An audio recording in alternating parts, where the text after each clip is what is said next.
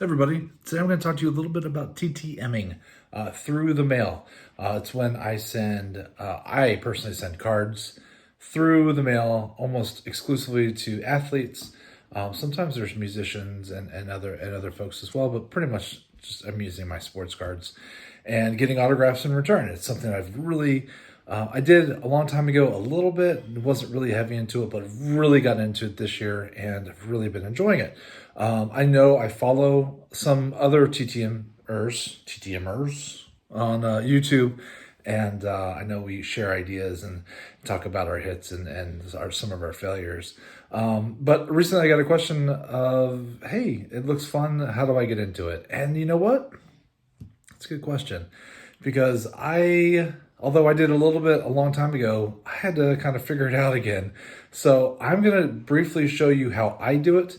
And I'm not going to say that my way is the right way or the only way, or if you're not doing it the way I'm doing it, you're doing it wrong, because it's whatever works for you. So I'm just going to show you what works for me. And maybe you can take bits and pieces of that and apply it to how you want to do your TTMing and go like that. So first off, where do you go to find the addresses? So that's a great question. It's basically what I know of is 4 different websites, okay?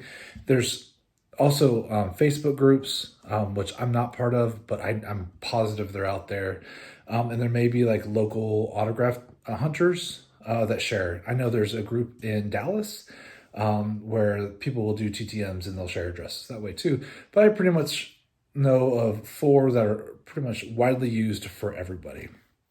There is fanmail.biz, okay? Fanmail will have lots of celebrities, politicians and stuff like that. But my issue with fanmail.biz, which is completely free, you can just look it up, is that I really am hit and miss with those addresses. So I would say that most of those that I have sent to either didn't come back or came back as undeliverable. So it's a lot of like agent addresses, and, people jump around from agents. So I just don't know how accurate it is. So I'll put that out there. Star Tiger, which I know a lot of people use, and it seems really good. It's a pay for site, and I don't have that one, although I wish I did because there are some addresses on there that I'd love to have, and they have a lot of celebrity and movie stars and stuff like that, because I'd love to get my hands on some like Star Wars ones, or I like the movie stars a lot. That's a lot of fun. I just haven't bit the bullet to pay for that one. There's Sports Card Forum, which is pretty good from what I've seen. I've used it a little bit, and it will also have celebrities and movie stars and athletes. But the one I do use a lot is sportscollectors.net. That's another pay for site. It was like, I don't know, $12 a year or something. It wasn't expensive. And you're like, I don't really want to pay $12. But in my head, it was $12. That's like 20 stamps, right? So if I sent 20 things I didn't get back, they just paid for it.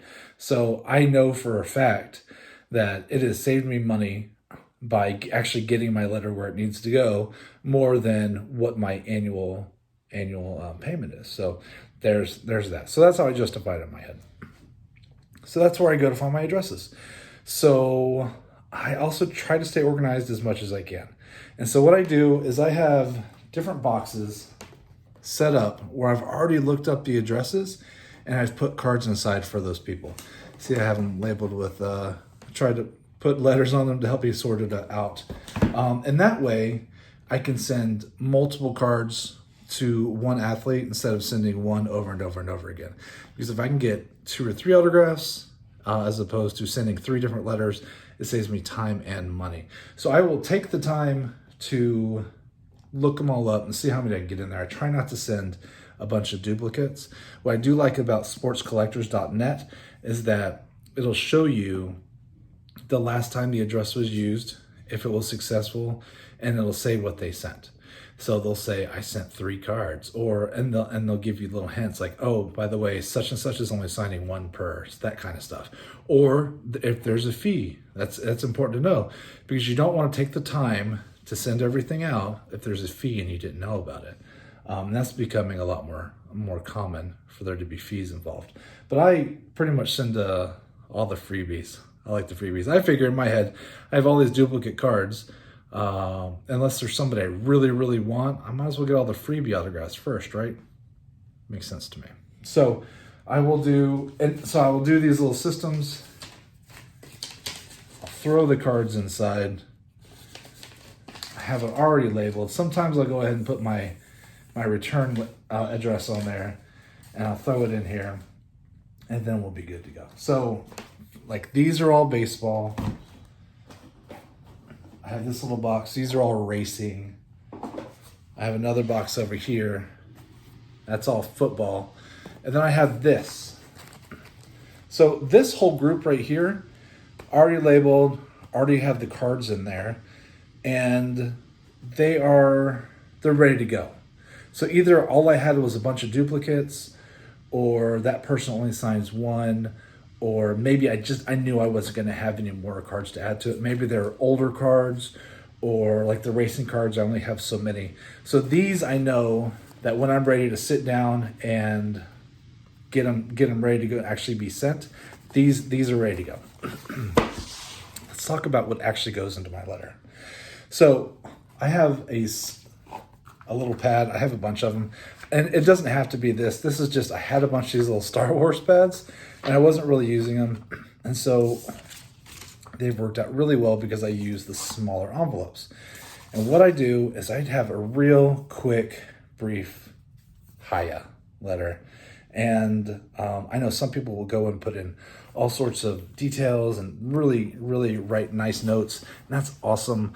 I just don't know how often people actually look at them. So I save myself the time, and I just don't. So I will always put the date at the top. I'll put dear so-and-so, and then I will always start off with something like, I hope this letter is finding you well, or I hope this letter finds you well.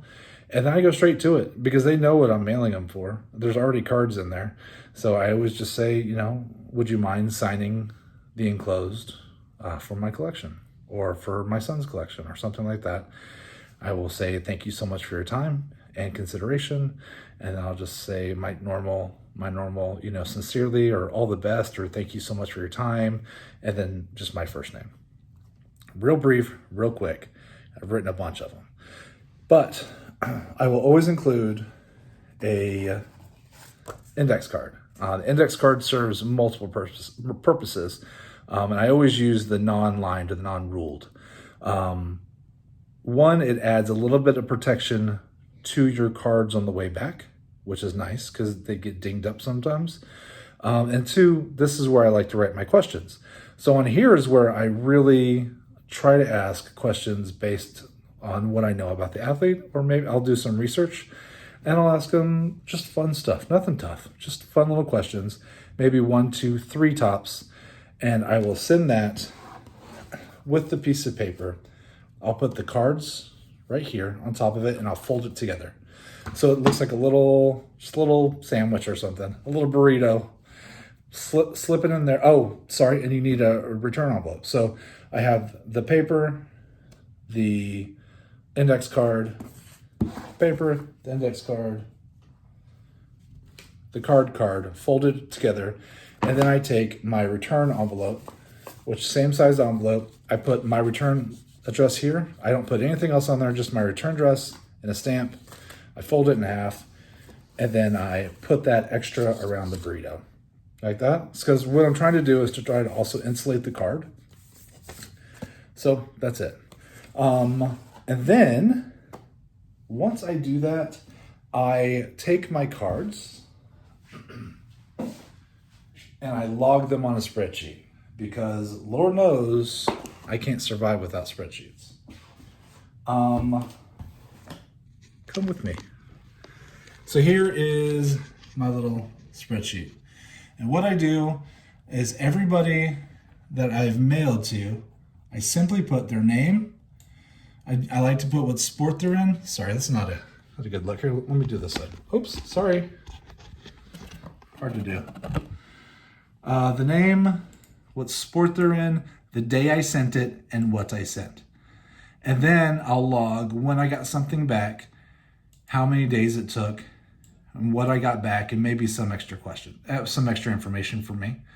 And then I'll color coordinate it because I'm weird. So green are all of my returns, and there are 222 so far. And then I'll do red is for my ones that came back. And then anything that's not color coordinated, I haven't received back. So the red ones came back as undeliverable for whatever reason. Is that it? That's basically it. I mean, it's not complicated. The hardest part when getting started is, for me, I was nervous about what do I put in the letter. And I find that just simple works just fine. I like adding the questions. I didn't do that at first, but that's turned into my favorite part of the whole TTMing process. Also, what I do is I take all the people I know that sign or I think are going to sign, and if I sent them cards and these are duplicates, I have another box full of these are all signers that I might send again later. So I don't send the same people over and over again. I might do it twice a year. So actually I'm coming up on a time period when I finish all these that I might send out again to some of the same people. I'm grateful that they signed the first time, and I realize that they're probably getting bombarded by other people too, so I don't want to add to that. So that's just kind of my thought process. If you're paying for it, if they have a $5 per card or whatever it is, fire it away. That's what they want, and I'm sure they appreciate it. So I think that is the exception to the rule. Since most of these are free, I try to pace myself. What else?